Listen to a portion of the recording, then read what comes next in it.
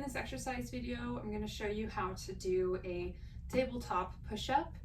You can either use a countertop or a high tabletop, depending on how high or low you need. It will depend on how tall you are and what your baseline strength is to give yourself a little bit higher height for a little easier exercise, or you can go lower for a little harder exercise.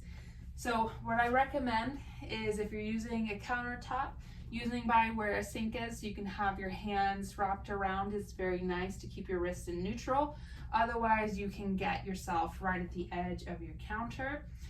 And you want to get yourself in initially a little bit of a plank position. So you can't see my feet, but I'm trying to create a straight line from my heels up through my hips, through my shoulders, and through my ears and the top of my head. So create that plank position in a straight line from heels to the top of your head. And you want your shoulders, you want your hands to be shoulder width apart, not too wide, not too narrow, but shoulder width apart.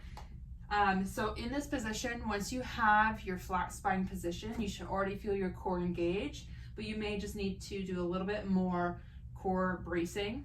And then keeping your spine perfectly straight and neutral spine position, you're going to slowly drop your chest down towards the table and then push yourself away. You want to make sure as you're coming down, your elbows are going to the side of you and not going out that direction. So you want to make sure you're coming this way and not this way. We call these a Pilates push-up. Focus a little bit more on the shoulder stability through there. And you also want to make sure as you're doing the push-up, your shoulder blades are not creeping up towards your ears.